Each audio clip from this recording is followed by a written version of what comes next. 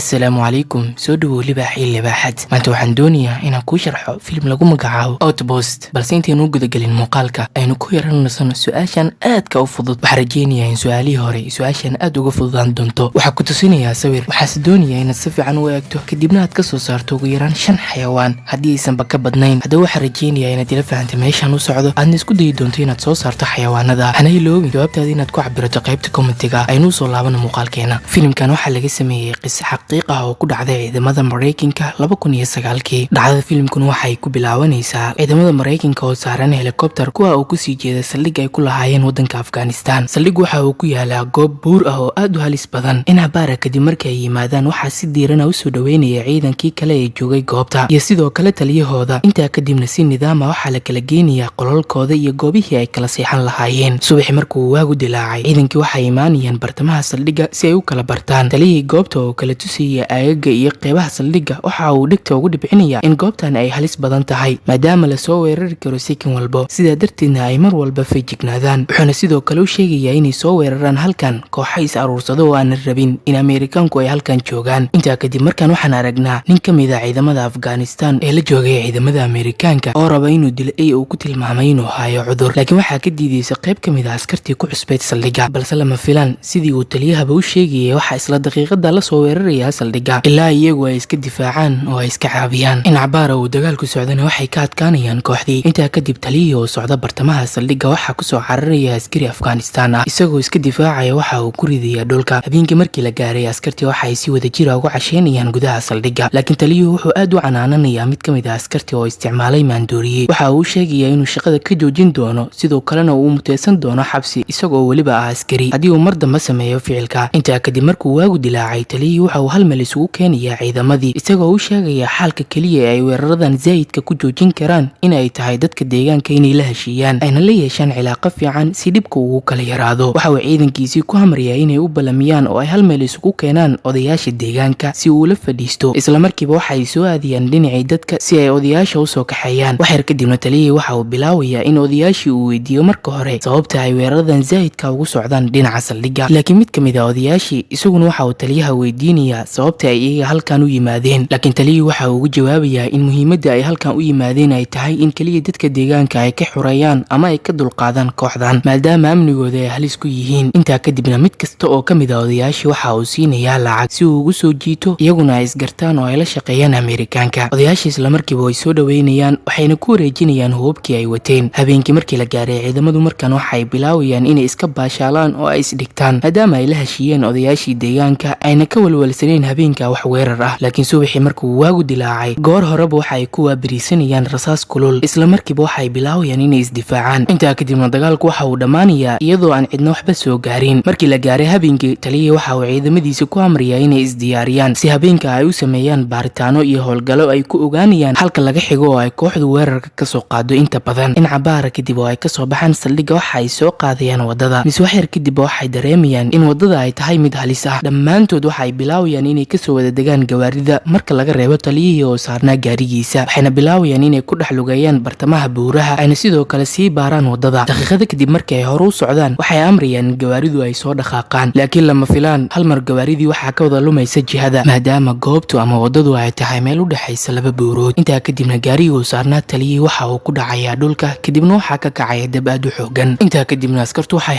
xaqiiqsanayaan in taliyahoodii uu geeriyooday subaxii waxa ay bilaabayaan inay taliyaha duugaan iyagoo uu wejigooda ka muuqdo murug daran maalmo kadibna saldhigii waxaa loo soo magacaabayaa taliyo cusub markii ay si diiran u soo dhaweeyaan waxay bilaawayaan inay uga sheekeeyaan xaaladaha ka jiro saldhiga dhexdiisa iyagoo si fiican uga sheekeynaya xaalad walba oo ka dhacday saldhiga iyo weerarada aadka u culus ee ugu imaanaya kooxdii isla laxadaadka ay hadalkaaba u sheegayeen mar kale waxaa soo weeraraya kooxdii in cabaara markii ay isdifaacaan waxay ku soo laabanayaan gudaha saldhiga iyagoo iska gudagelaya howlahoodii maalinlaha ahaa in muddaha kadib taliyuhu markaan iska dhex socda bartamaha saldhiga waxa uu arkaya nin Afgaani ah oo kaamira ka doowanaya saldhiga isla markiiba waxa uu bilaabayaa inuu ceersado ilaa uu soo qabto kana qaado kaamiradii iyo qalabkii uu sitay isla xilligaana waxa uu ciidankii ku amrayaa in mar kale ay u soo kulmiyaan odayaashii deegaanka si uu ula hadlo intaa kadibna markii ay kulmaan waxa uu taliyihii bilaabayaa inuu si kulul ula hadlo oo ku canaanto dhaqankooda laakiin mid ka mid ah odayaashii waxa uu taliyaha u sheegayaa in dhibka dhanba uu yahay dhinacooda maadaama ay iyaga ka baxeen balantii oo ay ka joojiyeen lacagtii sidoo kalena ay afduubteen qaar ka mid ah carruurtooda oo aanan wax dhib ahba geysan taliyihii waxa uu odayaashii u sheegayaa in in lacagta ay ahayd kaalmo haddii ay deegaanka hagaajiyaanna ay usii socon doonto. intaa kadibna ay kasoo tagayaan. in cabaara taliyihii markaan waxa uu ciidankiisa ku amriyaa in hareeraha saldhigga ay baaraan, balse ciidankii afganistaanka ee la socday iyaga waxa ay u sheegayaan inay kusoo wajahan yihiin kooxdii, khatarna ay tahay in xilligan ay u baxaan banaanka, iyagoo weliba usii sheegaya in goobta ay baarayaan ay tahay waddo buundo ah ayna aad u halis badan tahay. balse taliyihii oo ka dhiga adeegaya hadalkoodii waxa uu bilaabayaa inuu ka hormaro ciidankiisa si ay ugu dhiiradaan inay ka gudbaan buundada oo ay isaga soo raacaan. waxa uu soo kaxaysanayaa hal askari oo ilaalo ah. markii ay qaar ka mid a ciidamadu soo wada fuulaan buundada, taliyihina uu dhex jooga bartamaha waxaa ka dhacaya qarax aad u weyn, kaasi oo sababay in taliyihii uu halkaa ku nafbaxo. ciidamadii markii ay kusoo laabtaan xaruntooda waxaa galaysa murugo zaahid ah maadaama hortooda lagu dilay taliyaashoodii. intaa kadibna mid ka mid a askartii oo dareemaya murugo aad u daran waxa uu ku siganayaa inuu nafta isdhaafiyo, laakiin waxa uu imaanaya askari kale oo lagu magacaabo Roy. waxa uu isku dayayaa in marka hore uu askariga dejiyo. intaa kadibna waxa uu bilaabayaa inuu waco hogaamiyaashooda si uu ula wadaago xogta saldhigga, ayna sidoo kale usoo diraan helikobtar si loogu qaado dhaawacyada daran. in cabaara kadibna markay timaado helikobtarkii oo la qaado dhaawacyadii, waxaa mar kale saldhiggii loo soo magacaabayaa taliya cusub, kaasi oo u muuqda mid ka awood badan kuwii hore muuqaal ahaan. isla markii ay soo dhoweeyaanba waxa uu iyagii dhexdooda kusoo rogayaa amaro aad u culus. waxaa ka mid ah in saldhigga la xiro lana kalooso waqti ka hor waqtiyadii hore, sidoo kalena aysan jirin dhexdooda wax baashaal ah, taa beddelkeedana ay badiyaan dadaalkooda. intaa kadibna marka uu waagu dilaacay taliyihii waxa uu bilaabayaa in hal uu u baaro qolalkii askarta, sidoo kalena uu la socdo mar walba dhaqdhaqaaqooda, isagoo weliba ku adkeynayay in hadalkiisii amarkiisaba aan cidna ka hor imaan karin, laakiin sidii hore si aan dhaamin. mar kale goobtii waxaa soo weeraraya kooxdii, halka taliyihiina uu ciidankiisi ku amriyay inaysan bixinin wax jawaab ah, yacni aysan ridin wax xabad ah, balse askarigii Roy waxa uu bilaabayaa inuu rido madaafiic aad u daran, halka askartii kalena ay ku dagaalamayeen keliya qoryahooda. markii uu dagaalku dhammaado, taliyihii waxa uu aad u canaananayaa Roy maadaama uu adeegsaday hub aad u culus, macquulna ay noqon karto in dadka deegaanka ay wax soo gaaraan. intaa kadibna si amar guud ah waxa uu askartii kale u sheegayaa in saldhigga dhexdii aan laga ridi karin hub culus si walba oo loo soo weeraro, halka qofkii ka dhiga adeega amarkaana uu mushaar la'aan noqon doono muddo 8 bilood ah. dhanka kalena waxa uu ugu farxinayaa in inta ay joogaan halkan loo kordhin doono mushaarkooda. waxyar kadibna waxa uu ku amrayaa inay kala aadaan goobahooda, sidoo kalena uusan ka dareemi karin wax caajis ah inta shaqada ay ku jiraan. in muddaha kadib hadalka Roy oo aad loogu canaatay qaladkiisa waxaa galaysa rajabeel maadaama uu ku sigtay in shaqada laga joojiyo, laakiin saaxiibkiisu waxa uu bilaabayaa in niyad ahaan uu u dejiyo. intaa kadibna askartii oo idil habeenka waxay galayaan Istanbul si ay u ilaaliyaan buurta oo u waajahaan goob kasta oo ay ka dareemi karaan wax dhaqdhaqaaq ah. in muddaha kadibna saldhiggii waxaa ka kala yaraanaya weerarada, laakiin xilli subaxa waxa uu imaanaya oday ay la socdaan qaar ka mid a odayaashii deegaanka, iyagoo weliba ay wejiyadooda ka muuqdaan murugo. markii ay u yimaadaan ciidanka, odaygii waxa uu soo bixinayaa meydka wiilkiisa oo uu ku sheegay in Ameerikaanku ay dileen, sidaa darteedna ay magdhow ka bixiyaan. laakiin mid ka mid a askartii Ameerikaanka oo meydka aad u milicsanaya waxa uu taliyihii u sheegayaa in odayga uu yahay khiyaanoole maadaama meydka jirkiisu uu u muuqday mid waa hore ay naftu ka hamaansatay, yacni dhintay waa hore. mid ka mid a odayaashanna uu dilka geystay. isla xilligaana mid ka mid a odayaashii waxaa kusoo cararaya ey madow oo ay wateen ciidamadii Ameerikaanka. isla markiiba meesha waxaa ka dhalanaya shaki, laakiin odayaashu waxay bilaabayaan inay qayliyaan oo ay u hanjabaan ciidamadii, balse taliyihii oo aan doonaynin buuq uu sii dheeraado waxa uu dilayaa eygii, halka odayaashiina uu siinayay lacagtii si keliya ay warka halkaa ugu xiraan. intaa kadib markii la gaaray habeenkii, qayb ka mid a ciidamada oo ku jira qolalkooda waxa uu imaanaya taliyihii. waxa uu sheegayaa in halkan uu ka tegi doono maadaama waqtigii loogu soo idmay halkan uuba ku darsaday hal isbuuc, wuxuuna u sii sheegayaa inuu ugu tagi doono ku-xigeenkiisa Maalte. intaa kadib waxa uu dhiibayaa macluumaadkoodii si ay uga taxadaraan noloshooda. maalmo kadib saldhiggii oo xaaladiisu iska degan tahay si lama filaan ah, ciidamadii Ameerikaanku waxay arkayaan askari Afghanistan oo aad u qaylinaya, isagoo weliba aad u cararaya. waxa uu uga digayaa in kooxdii ay joogaan meel u dhow saldhigga, sidoo kalena ay qorsheynayaan in mar dhow ay soo weeraraan, laakiin hadalkiisu ma aysan siinin wax ahmiyad gooni ah. in cabaara kadib mid ka mid a askartii Ameerikaanka oo sita Dobiro hal mar waxa uu milicsanayaa kooxdii oo wadata ciidamo aad u tiro badan, kuwaasi oo weliba jooga goob aad ugu dhow saldhigga. daqiiqado kadibna markii ay bilaabaan dagaalka, Ameerikaanku waxay bilaabayaan in si aad ay isku difaacaan iyagoo aanan isdhiibin maadaama laga tiro badan yahay, halka dagaalka waqtigiisuna uu sii dheeraanayo. intaa kadibna qayb ka mid a ciidamadii Ameerikaanku waxay ku dhaxayrmayaan, yacni ku go'doomayaan gawaarida dagaalka